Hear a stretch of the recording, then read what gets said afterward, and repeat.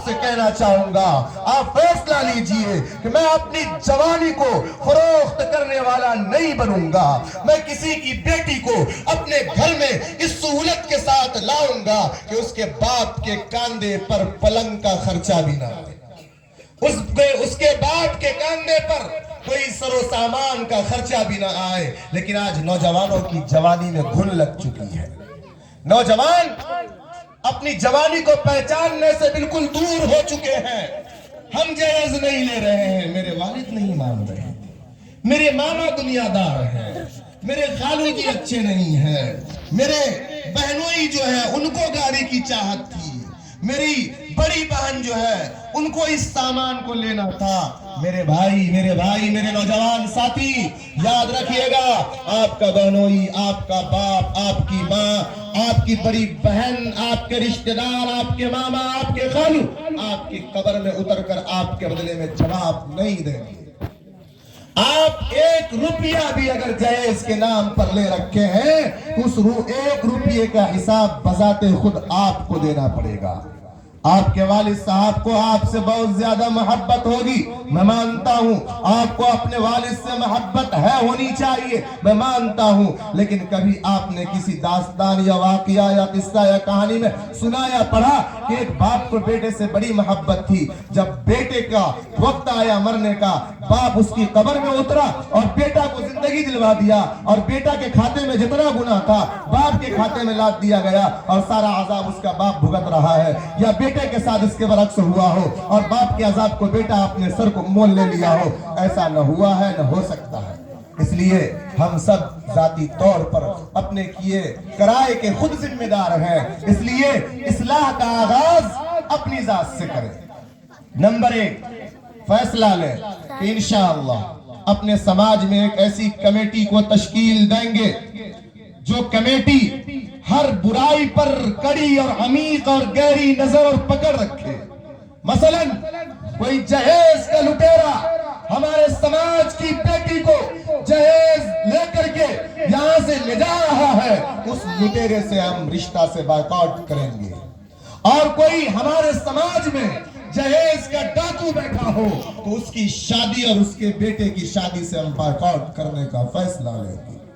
پھر فیصلہ لیں گے ہمارے سماج کے اندر ایک ایسا کلچر ہو، ایک ایسی تہذیب ہو، ہمہ وقت 10-20 نوجوان اس بات کی فکر میں لگے رہے کہ اگر سماج میں کسی کی بیٹی یا بیٹے کی شادی ہے، اس شادی میں مہندی رسم، ہلدی رسم، ڈی جے کا انتظام، نچنیے کا پروگرام ہو، تمام تر سامان کے ساتھ اس تمام ناچنے والوں کو لوٹا دینے کا کام نوجوان کریں گے انشاءاللہ۔ کریں گے کہ نہیں کریں گے؟ انشاءاللہ کریں گے کہ نہیں کریں گے؟ یا بھوجپوری گانا سن سن کر کے بوڑھے بھی مگن رہیں گے؟ نہیں میرے بزرگوں، آپ کا دونوں پاؤں نہیں، آپ کی کمر قبر میں جا چکی ہے۔ کل قیامت کے دن آپ کو جواب دہ ہونا پڑے گا۔ آپ کا یہ بہانہ مولوی صاحب کے پاس تو قابل قبول ہو سکتا ہے کہ بیٹا میرا نہیں مان رہا تھا، بیٹا کا یہ بہانہ کہ باپ نہیں مان رہا تھا، یہ سماج کے سرغنوں کے سامنے قابل قبول ہے، لیکن رب ذوالجلال کی بارگاہ میں قابل قبول نہیں ہے۔ اس لیے اصلاح کا آغاز اپنی ذات سے کرنا ہوگا۔ نمبر 1 کلم کلہ جہیز کا انکار کرنا ہوگا، اور جو لے چکے ہیں وہ کوشش کریں، وہ ارادہ کریں کہ ہم اپنے سسر کو جہیز کی رقم واپس کریں گے۔ خود گھر میں ہم رہتے ہیں، ہمیں سائیکل میسر نہیں آتی، اور جب میری شادی کہیں لگتی ہے تو بے شرم بے حیا کی طرح ہم بلیٹ کی مانگ کرتے ہیں، اپاچی کی مانگ کرتے ہیں، اور کسی کھنڈر میں جا کے پڑے رہتے ہیں۔ گاڑی کا نمبر پلیٹ آنے سے پہلے، بیوی کے ہاتھ کی مہندی ختم ہونے سے پہلے جہیز والی گاڑی کو اس درجے اس کی مرمت کرتے ہیں کہ گاڑی کے ساتھ ہم بھی ہاسپٹلائز ہو جاتے ہیں۔ گاڑی اپنے ہاسپٹل میں، ہم اپنے ہاسپٹل میں۔ اس لیے آپ ایسی کوئی نحوست پالنے کی کوشش نہ کریں۔ ہم بھی آپ کی طرح نوجوان ہیں، ہم نے اپنے ذمے پہ شادی کی، الحمدللہ شادی کے اندر کوئی بھی لین دین کا کوئی معاملہ نہیں کیا گیا، اور ہمارے علماء کے اندر یہ بات خاص طور سے پائی جاتی ہے جب ان کے گھرانے کے اندر نکاح ہوتا ہے، شادی ہوتی ہے، یہ بالکل نکاح اور شادی کو آسان کرتے ہیں۔ آسان شادی، آسان نکاح اللہ کو، اللہ کے رسول کو بہت زیادہ پسند ہے۔ نمبر ایک، جہیز کا بائیکاٹ کرنا ہے، ایک طرفہ نہیں، دونوں طرف سے۔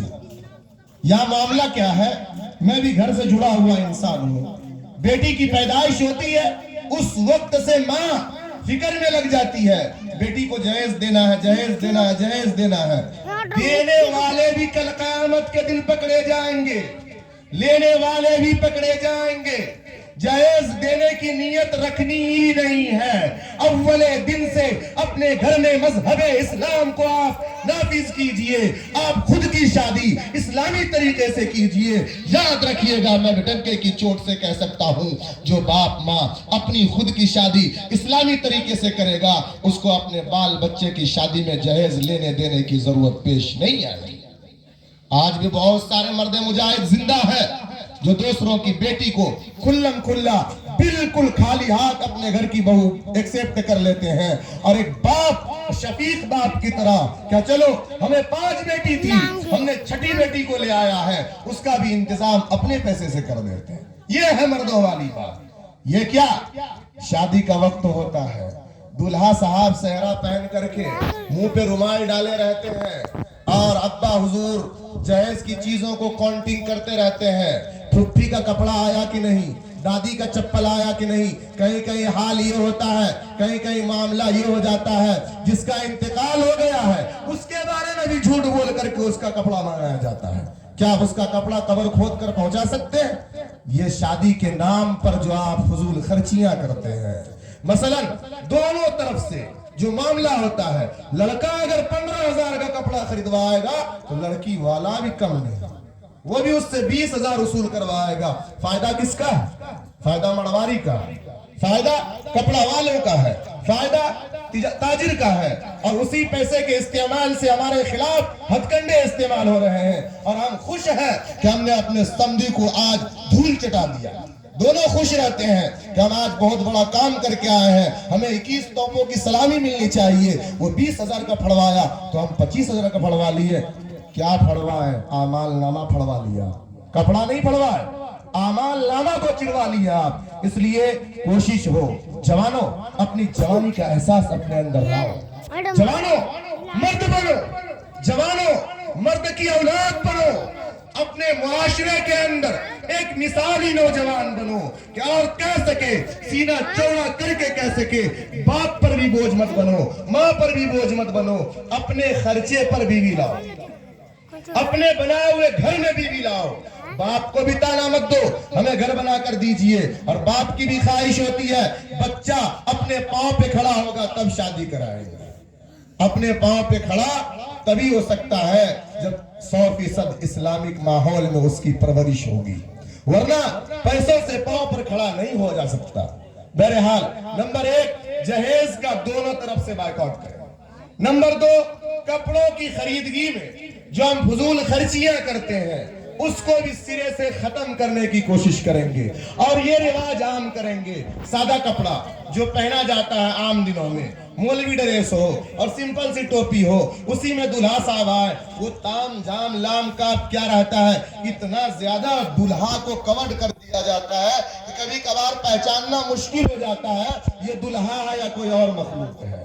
اس کو بھی، سجاوٹ کو بھی دور کرنا ہے۔ اور ایک لال ٹوپی کشتی نما، اس کو شادی کے ٹائم پہ ضروری سمجھا جاتا ہے، اس کو بھی دور کرنا ہے۔ سامنے میں صحرا لگانا، اس کو ضروری سمجھا جاتا ہے، اس کو بھی دور کرنا ہے۔ بھابھیوں کے ہاتھوں سے مہندی اور کیا کہتے ہیں اس کو ہلدی لگائی جاتی ہے، اس رسم کو بھی توڑنا ہے، اور اس کے لیے لڑکے کو 2-3 دن پہلے سے گوشت اور نمک کھانے سے دور رکھا جاتا ہے۔ اللہ نے نمک کو حلال کیا ہے، ہماری ماں اور دادیاں جو ہیں 3 دن دلہا پر نمک کو حرام کر دیتی ہے۔ آپ کو کس شریعت نے اجازت دی ہے؟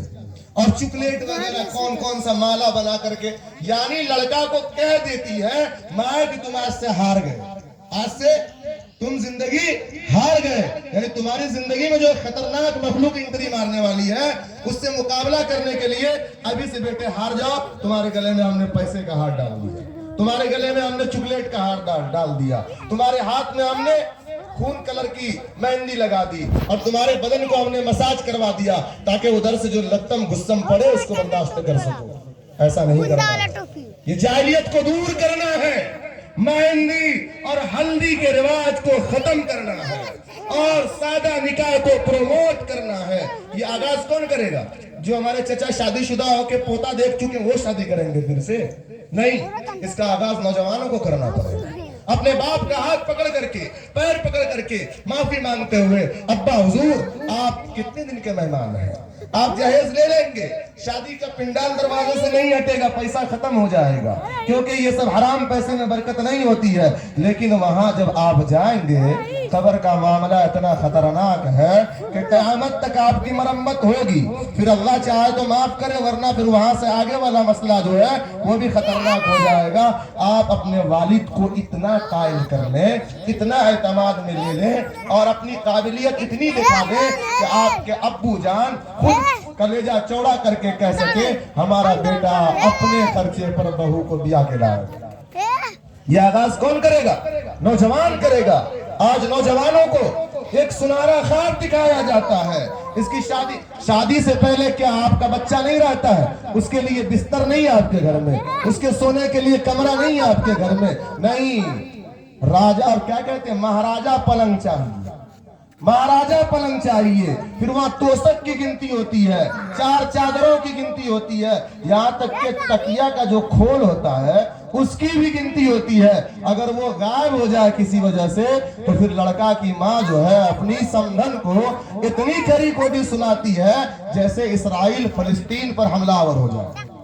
اس لیے میری ماں آپ بھی سدھرو, میری بہنوں آپ بھی ہوش کے ناخن لو. آپ بھی کسی کی بیٹی تھی, آپ بھی کسی کی بہن تھی. جب آپ کی شادی کا ٹائم آیا, وقت آیا, آپ نے اپنے بھائیوں کی بھاگ دوڑ کو دیکھا, آپ نے اپنے باپ کے بوجھ کو دیکھا. اس وقت آپ کے کلیجے پر کیا بیت رہا تھا؟ جب آپ اپنے والد کو اب آپ کے جہیز کو جوڑنے میں فکر مند پا رہی تھی, اس وقت آپ کا دل کیا کہہ رہا تھا؟ اس وقت آپ کے دل سے کیا آواز آ رہی تھی؟ اسی آواز کو سامنے رکھتے ہوئے اپنے بیٹوں کو اتنی قابلیت دے دیجئے, اتنا قابل بنا دیجئے کہ آپ کا بیٹا سماج کے لیے مثالی بیٹا بن سکے.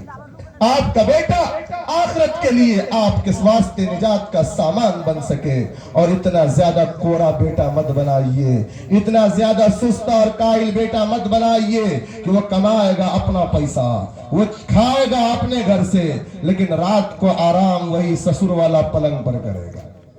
فریج کا پانی وہی سسرال سے آیا ہوا فریج سے استعمال کرے گا. کپڑا بھی اسی مشین میں دھوئے گا جو مشین کسی باپ کو, کسی بھائی کو رلا کر لی گئی ہوگی. آج سامانوں کی جب گنتی ہوتی ہے, میرا جانا ہوتا ہے, 12 نکاح پڑھانے کے بعد زمین سے جڑا ہوا انسان ہوں. لوگ لکھا پڑھی کے ٹائم میں ہم کو بلاتے ہیں, جب سامان کو